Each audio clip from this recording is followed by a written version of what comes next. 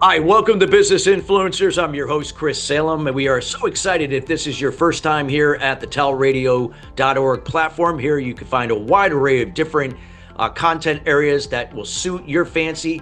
And if you are into business, well, you're in the right place. We have been with TALRadio now for over 4 years with Business Influencers. And those that have been with us from the beginning, we want to thank you, as always, for being here each and every week. And again, as we are dedicated to do that, to serve you and helping you and your business get to the next level through the power of influence. Our show is always can be seen not only on TALRadio, but also on Apple, Spotify, and YouTube as well. So feel free to subscribe to those channels as well, where you can now either watch or listen to these episodes each and every week, where we bring in subject matter experts sharing their words of insights to help elevate you and your level of influence to the next level. Today's show is being brought to you today by Alumni Direct. Alumni Direct is a social media community platform dedicated to bringing alumni together from all different generational types and an opportunity to meet new people for the first time. Now, it is a membership program taking out all the noise out of social media. You get to generate genuine and authentic relationships with the people you choose to interact with. If you'd like some more information about Alumni Direct, check them out at alumnidirect.com. That's alumnidirect.com. Well, I'm excited. We're going to be talking today about Excel. Yeah, we all use Excel on some level, some more than others, but nonetheless, how Excel is holding your organization back to goal. Have we ever thought how important Excel is? Well, you're going to find out. We're going to be here with Derek Henry, who has an extensive 20-plus year background in accounting and IT, having held roles in public and corporate accounting and technical sales. He has helped accounting and finance teams optimize their processes in Excel and beyond with training tools, consulting projects, and productivity coaching. He is passionate about efficiency and accountability, and Derek is a certified public accountant, CPA, and a certified fraud examiner. And he lives currently with his family in Arlington, Texas, and he's actively involved in his church and enjoys disc golf, softball, and having fun with his family. We always love that harmony with work and life. And I know Derek personally, and without further ado, we welcome Derek Henry to the show. Derek, how you doing today? Doing well, Chris. How about you? Doing great. Well, Derek, let's kind of dive into maybe a little bit about the background. Excel has been around for a long time, and and to most people, they've heard of Excel, they've used Excel, but maybe to the capacity they've never even thought of. Let's kind of dive into Excel and what are some of the things, not only individuals but why businesses use it, and then where are they falling short in terms of what things can be done that they're not doing with it that can impact their bottom line. Sure. It's a great question. I answer questions like this all the time. People ask me whether it's personal, whether it's professional, whatever. I get to speak to a lot of people in my current role in pre-sales. And the company that I do support as a part of my day job does play really nicely with Excel. So I'm always asking people, like, how are you using it? Where are the issues you're having? So it's very, very common for this question. So I'll kind of back up. When I was in school, I had never really heard of Excel really at all. It's something you kind of get thrown into. And fun fact, my very first assignment, I got like a 10% on it because I had an incorrect reference, and that cascaded throughout the whole project. And I'm like, ooh, I should probably learn this thing. And then you get into accounting, and like, this is like the day in the life, like it's constant. Another class I had was great because it taught us kind of how to think efficiently and how to optimize and automate the things you're doing repetitively, which accountants tend to do a whole lot of. And I kind of ran with that much more than a lot of my peers. I mean, just having that class set me apart from the others that I entered a workforce with, but then taking that and running with it, building my own shortcuts and stuff. I had a big project where I was working in a very tiny amount of space. I mean, it was the middle seat on the airplane was about the amount of workspace I had with all these people. So I learned a lot of shortcuts quickly, built my own when I didn't really have the ones that were built in. And I've kind of I've run with that throughout my entire career. So where people often fall short is that, one, they never really had that class, that foundation like I did. And so that's one of the reasons I train people the way that I do. And I'm looking at expanding that in self-service training. You can kind of do it on your own. Right now, I share a lot on social. I do corporate training and do webinars and such. But people just don't have that foundation. So they kind of start entering stuff. They might do a few formulas. They might know some of the basic functions, of which there's now over 500 of them. Most people know maybe 5 or 10. If that, unless, like I said, that's part of their day-to-day job, then maybe, yeah. Exactly. And the other things people aren't really doing are not putting validation in place, or not putting the right checks, making sure things tie out. And so either they're inheriting a file that they do not understand, that's really not optimal itself, and they're probably adding more Franken-sheet parts on it, is what we'll often call it. Or they don't understand it, so they're scared and they kind of stay away, and they just kind of try to keep it going the way that it was explained to them, which is at best like 20, 30%, right? Well, a lot has changed over the years. About 6 years ago, the Microsoft team released a new way to use formulas, and that's kind of the backbone of Excel, right? So normally you put in a formula, you get one result, right? And that's it. And you copy and paste down, you fill it across, whatever, you build the ones that make sense. Now you have the ability to write what's called a spilling formula, or a dynamic array based formula. So if you set it up correctly, if you're referencing like a group of cells instead of one, or whatever, you can have one formula spill results. And that's huge, because then not only are the calculations automated and they're dynamic as the inputs change, but if the number of rows or columns that are spit out of that formula changes, it can automatically adjust to the size of your data you're working with. Absolutely huge for making things dynamic, cutting down on errors, speeding it up, etc. I would argue that less than 2% of people even know you can do that. That's a big thing that I'm trying to educate people on. Anytime I talk to them, they can kind of tell the passion starts to come out. And I'm like, look, you're wasting so much time. And now with AI kind of taking over, it's easier than ever to use these things and even inject them into your files. And yet people still aren't changing, because change is hard. Who wants to really learn something new? Yeah. Not everybody. So let's kind of start with that and dive into that any which way that you want. Let's do that. I'd like you to take it any way you like, and maybe, just like with anything, you got to start somewhere, and it's always, again, it's a systematic approach, because, if you try to do everything all at once, it becomes overwhelming, and then people don't change. Of course. But if you could give us a kind of like a systematic approach, whether, no matter what, on what level, especially the people that are using it day to day, and maybe they're in project management, or they're doing things where they have to use Excel every day, and even to those that use it a little bit less, but nonetheless, it's still important in what it could do for on an individual, team, and organizational level. So we'll cover getting started in just a moment, but just to kind of illustrate how pervasive this is, once we're done, I'll shoot you over a meme. You've probably seen this before. There's like an elephant standing on a ball that's being held up by an ant, and at the very bottom of this meme, it shows this is the financial backbone of the world, and here's Excel, and at the very bottom it says old Excel files, like the ones that haven't really been relevant for almost 20 years now. So it's pervasive everywhere. There's this whole go grab data, put in Excel, clean it up, do all this work, and then put it in some other system. It's the glue that holds so much together. Now, that's not necessary in a lot of cases. Excel's not even really necessary in a lot of processes, and I'd argue, the more data you have, the less it should be. But it's still going to exist because of the ad hoc nature of just tinkering. It's like the best blueprint, right? It just works. People get it. Columns, rows, I understand that. It's like an architect's blueprint, right? So to get started with kind of this new way of thinking, not just in terms of cells, but in blocks and that, I want to tell the audience, try one function out. Now, if you have a really old version of Excel, this might not work, and this is kind of your tell. Put in equals sequence and then start your parentheses, because that's one of the easier ones. It's actually quite powerful, but it's easy to understand how this works. The very first kind of argument is how many rows you want it to do, and really all it does is it's an incrementer.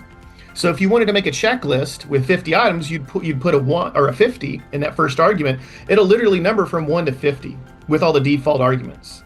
If you wanted to then make it count by fives, or start at 10 and go from there, or count backwards, it can do all these things. And because of how helpful that is as just like a helper function, there's all these crazy things people are doing with that kind of in the middle of the guts of a formula to automate all kinds of stuff. It's wild what people are doing with this, well beyond what I've done. There's a guy that posted something just this morning that gave me an idea. I'm going to write a custom function that can build an entire financial statement, but give people the opportunity to say, what level of detail do I want? Financial statement level, chart of accounts all the way down to that level, and then one or two in between, just by a toggle, and the entire thing will be built with the exact number of rows and columns you need, just based on the craziness of these formulas, functions you can use.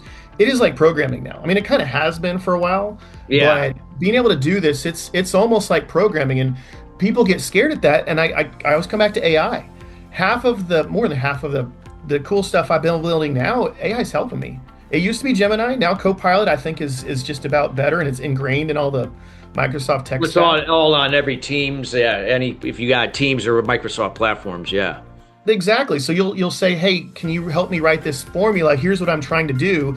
Not only will it write it and get it right most of the time, it'll explain what it's doing. And I think that's the part people are missing with AI, is just taking a result and like, yeah, I think it looks right, and not really understanding the guts. Now, I wouldn't recommend trying to understand everything, right? We're in this age where just the thinking is emphasized, right? So you don't have to memorize all those functions, right? I can't memorize those, and I'm bigger in it than anybody else is that I know. So it's kind of like, that's your digital brain. That's your third brain. Your second brain is really how you write down all your notes, and an AI is like your third brain, and there's the one that, hopefully you have. So that's kind of my tip, is getting started with this. It is absolutely worth it to know how a few of these work. There's about 30 of these kind of newer functions that really just give you so much more power to do some really cool things. And then if you do want to take it a step further, one of the things I've been on a big kick on the last year or so is this concept called Lambda. I even have here, since we're recording video, I've got a little, not a token, a prop, right, to go along with it. Yeah. I've been doing a series on YouTube where I kind of show a custom one that I've written that's helpful. I mean, most of them are pretty simple. It's like combining 2 or 3 functions in one, and just it saves time. Like, how do you calculate Easter? Speaking of lambs, you can do that. It's a math function. I didn't know that. For all these years, I thought they kind of went like this and threw a dart and had to be on a Sunday. There is a math function you can do, but rather than having that complex math function, you say equals Easter, and you define it behind the scenes, and give it a year, 1 or more, and it'll tell you what Easter is for 1 or more years. It's so cool to do that. So that's another thing I think to at least learn about a little bit, or say, hey, Excel, write me a custom Lambda function for this crazy thing I have to do all the time, and it just makes it easier to use. So that's my advice for kind of getting started. Like, don't be afraid of this new stuff. If you do, you will be left behind. You'll waste time. You'll probably have more errors than you need, and it'll continue to be a struggle for you and your business. Yeah, absolutely. Can you now, share, if you're an organization, whether if you're in the financial industry, accounting, it could be in technical IT, it could be project management based, whatever. You're going to be using Excel for the most part, product development, all of the above. Again, what are some of the things that you feel that as a whole they're missing? Like, what can be better? What can they now be applying that can, you mentioned AI, Copilot playing an important role here, but other things that would connect to that to really help them really perform better in that and with producing better output from it. I mean, there's a lot. It's a tool where people know maybe 5% of what it can do. Now, I don't think you need to go to 90. I think going to 30 or 40 and at least having the minimum exposure, I didn't know you could do that. I hear that daily. There are things I learned I didn't know it could do. Yeah, exactly. Maybe not daily, but several times on a more regular basis. Yeah. Yeah, a little less. But I'll tell you, I'm going to send you a link to a little thing I put together. Here are the things you need to know if you're a beginner, and then as you advance to experienced and beyond. I've got a little cheat sheet I made for that I'll share you. A couple of things, and we can kind of link that. We can have that as a takeaway for the audience. Yeah, be a great takeaway. I think where people get it wrong is there's just so many manual steps. You're taking this data, right? You're doing something with it, and then there's an output. Because at the end of the day, you're either setting up a system, you're feeding in, accounting, we do journal entries and reconciliations and reporting. At the end of the day, people outside of finance and accounting, which is kind of my realm, they're still doing a lot of the same stuff. They're doing this ad hoc analysis, like what products should we sell, or scheduling or something. And there's just so much manual work to kind of type stuff in. 90+% of the time, that data exists somewhere, right? It can be exported from Outlook or from some website or wherever, and then we can link to that with formulas, or there's even something just as unknown as all the formulas I mentioned a few minutes ago called Power Query. It is an ETL tool, extract, transform, load, that is built directly into Excel. A lot of people don't know what that really means. It means you can grab data from the web, from a PDF file, from a CSV, from a picture. I think that's wild. Take a picture on a wall or something. It can take this data, and then it will put it in as tabular a format as you possibly can, and then you can do stuff with it. You can filter, you can sort, you can add columns, you can put extra things in place, extract text, like the first 3 letters of whatever the stuff in the column is. A lot of that stuff people are doing over and over and over again manually. They're adding formulas. They're just kind of copying and pasting. Like, oh, here's the first part of a name, and then there's the email, and they're doing all this stuff manually. Whether you're using formulas or whether you're using something even more powerful and scalable like Power Query, I mean, that's the answer, is to take all the repetitive work you can and build the logic into something. Excel happens to be a tool that almost everybody has, and reuse it. So I'll share with you, when I teach a course on efficiency, you mentioned in the beginning, it's one of my passions. A couple of things led me to that. I'll share you one of them. I was standing at a Walmart many years ago, okay, before we had self-checkout. Like, who'd have thunk we'd be thankful to do our own checkout, but it's quicker, so we've embraced it. I was waiting in the line late at night. I was living with my parents as an intern, and lady at the front had all her kids, had way too many things for the quick checkout, and it took forever, right? I was there for like 45 minutes to get like 5 items. It was ridiculous. And I had a phone. It was not an iPhone, because this is like the Nokia with Snake phone, right? And Snake was, it wore off. So I'm looking at the calculator and I'm like, man, if I spend an hour a week here, and that comes 6 months of your life, that's what that comes up to. If you live to be 86, I think that's right, 80 something years old. And I'm like, whoa, I need to find a more efficient way to go about this. Like, I need to go at a different time, or I need to we didn't really have delivery yet. So, I'm in my head thinking, and that moment really got me to thinking, small things add up. An hour a week, how do we even break that down? And that's where I've been big on shortcuts and micro automations and whatever I could do to reuse that effort. So the efficiency mindset I've come up with, and I teach a lot of examples about, is think once, apply often, and then refine when you need to. Templatize your life, basically. Here's an example. I used this earlier today. I had lunch at a restaurant I really like in the Texas area, Whataburger, if you ever heard of it. Oh, Whataburger. Whataburger was big out west, but yeah, they are in Texas too, yeah. Yeah, well, actually, you might be thinking In-N-Out, because there's like this. There's the In-N-Out. So Whataburger, okay, I knew there was a Whataburger in Arizona. When I went to college way back in 85 to 89, there was a Whataburger there, yeah. Wow, I didn't realize they were there that long ago. But at any rate, one of my favorites, and one reason is because I can save my order, right, and reuse it in 3 clicks. It's done. I don't have to be thinking about all the things and watch the cashier struggle through the thing and forget something. It's savable, and if I ever kind of change what I want, which every once in a while I do, that's fine. But I can reuse that over and over and over again. And if people would even look for opportunity of what they're doing in their everyday job, no matter what their level is, right? Whether you're on the front lines in the field or whether you're in the C-suite, there are things that are repetitive that you are wasting energy and time on every day. And the reason people do that is because, 1, they don't care. 2, they're not aware. Okay, they don't realize that there's something better. And AI is changing that a little bit. I think it's like anything; it takes time to kind of just pervasive everywhere. But there's so much opportunity with all the things that Excel touches, not just for finance and accounting folks, but everybody, that might do something. It's at least worth knowing to some extent. Yeah. The thing I see so many people struggle with is they don't learn their tool set. The most valuable parts of their job, their software applications are probably the biggest thing now. They learn the very basics they were exposed to. They barely open the manual. And now we have these amazing generative AI tools that can speak to us and kind of test us and teach us very, very, very quickly. We don't have to Google it. We don't have to go to the library like my dad did, right? So that's kind of my, to extend on that question, how can people get started and how can they look for opportunities? They're everywhere. You just got to pay attention. Like you said, if you are if you have if you're like a franchise or a multi-unit type business, this can be really valuable, correct? Absolutely. Most of my experience, in fact, in finance and accounting has been with multi-unit businesses. I waited tables when I was 18.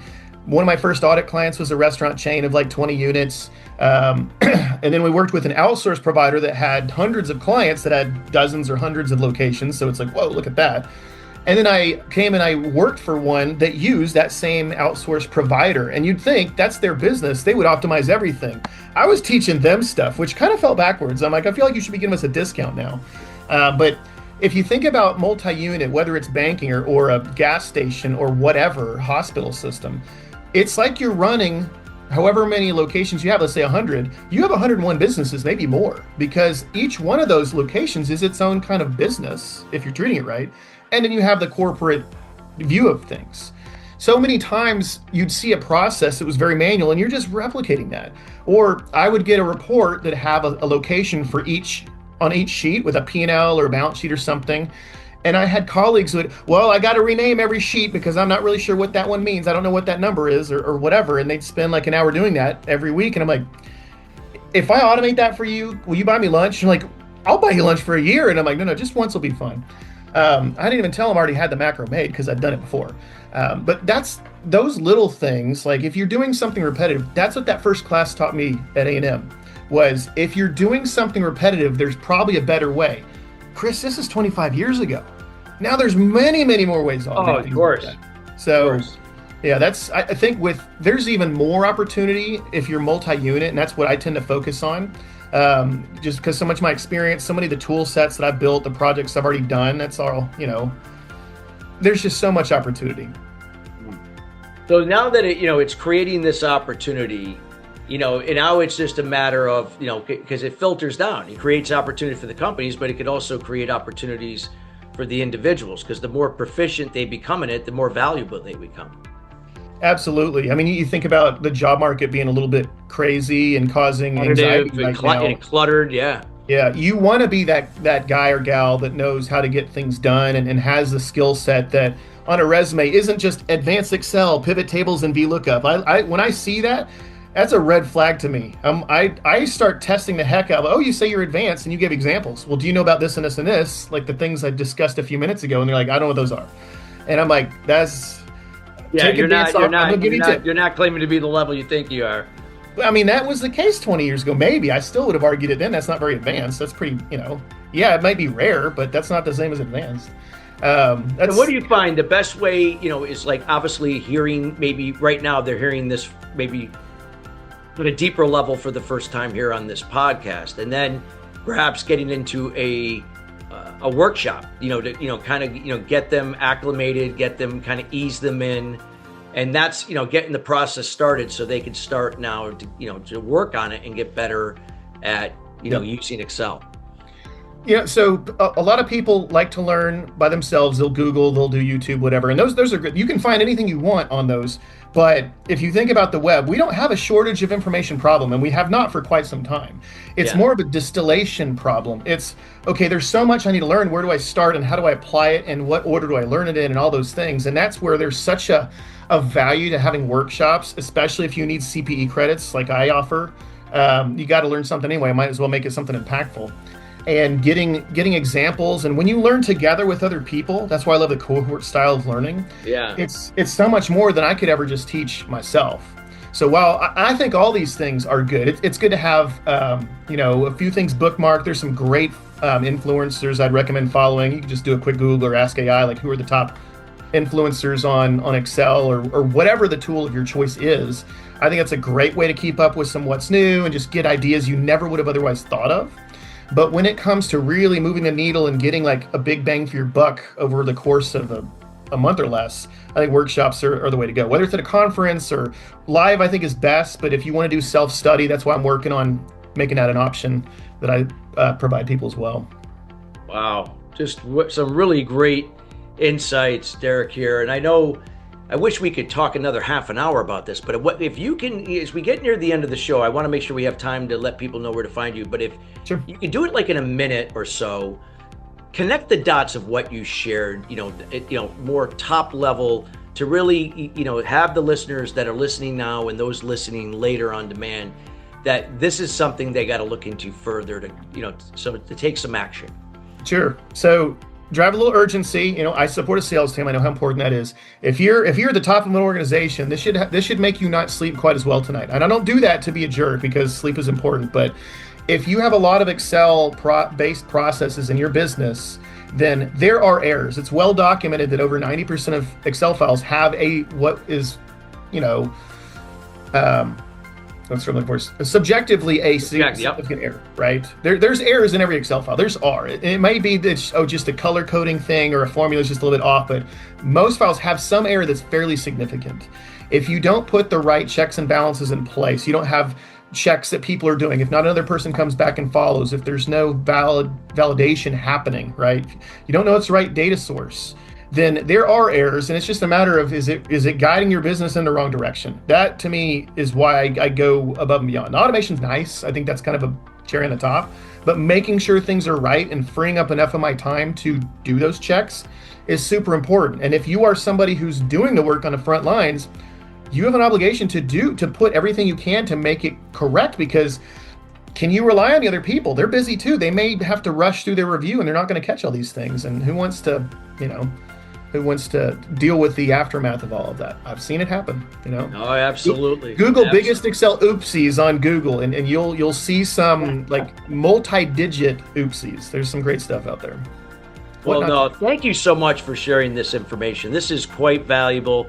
I want to make sure that the listeners get an opportunity to connect with you. Anything you like to give them, offer them, you have the floor to do that right now for the next 2 minutes or less. But first, we want to thank you for taking the time out of your schedule to be with us, not only for myself, but the rest of the team here at TALRadio and the Touch of Life Foundation.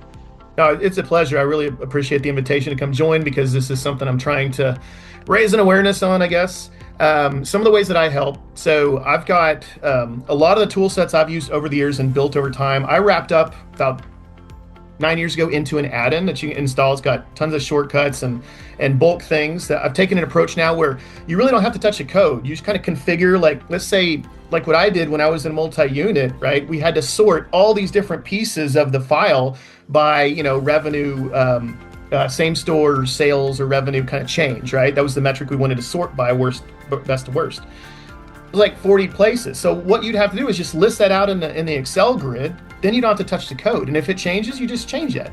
Yeah. That can be configured just with formulas. It's a beautiful way to do it that I caught when I was in the thick of a lot of this. So that's one thing, is just a lot of ready to use Excel tools. There's a few templates as well for kind of cool stuff. I do training at the corporate level. I also partner with a lot of companies, do webinars. Like I said, I'm working on kind of a self-study path as well that'll kind of complement some of that and give just another approach. What else would I do? Custom projects. If you're like, hey, I just don't have time. I want to, can you wrap a bow on this and make it better? I do that as well. And then I do a lot of stuff on social. One of the things, if you go to my website, which is Excelevate, you can kind of see it on my shirt here, excelevate.co.com was taken, and the guy wanted like a lot of money at the time. We'll make sure that's all in the show notes. Yeah. If you go just to the homepage and you sign up for my newsletter, I put something out at least once a month. There's also 105 Excel tips, and I promise you, most of the listeners probably don't know the vast majority. So that's something I'm actually working on a V2 to add another 40 or 50 to that, maybe more if people share their favorites. But that's a template. There's a bunch of guides out there like that. There's a guide that shows all these new formulas that I mentioned earlier. So there's a lot of good stuff on there, and plenty of humor too. I'm a big dad joke fan, so you'll find that on there as well. Well, we'll make sure that everybody that all that information and Derek's contact information will be in the show notes, and we highly encourage everyone to reach out to Derek, connect with them, also on LinkedIn as well. And again, He posts a lot of great content, so we encourage everyone to get in contact with Derek. Derek, thank you so much again for being here. It's my pleasure, Chris. You guys take care. Have a great rest of your day. Thank you. And listeners, we want to thank you joining us each and every week here at Business Influencers. Again, we are committed to bringing in subject matter experts like Derek in to share their words of insight and experience, helping to elevate your level of influence in these particular areas that we discuss each and every week. If you'd like to see content on a future show, feel free to reach out to our team here at chris@christophersalem.com, and we'll be more than happy to entertain for a future episode. Till then, everybody, have a great rest of your week, and we'll see you next week here at the same day, same time. Take care.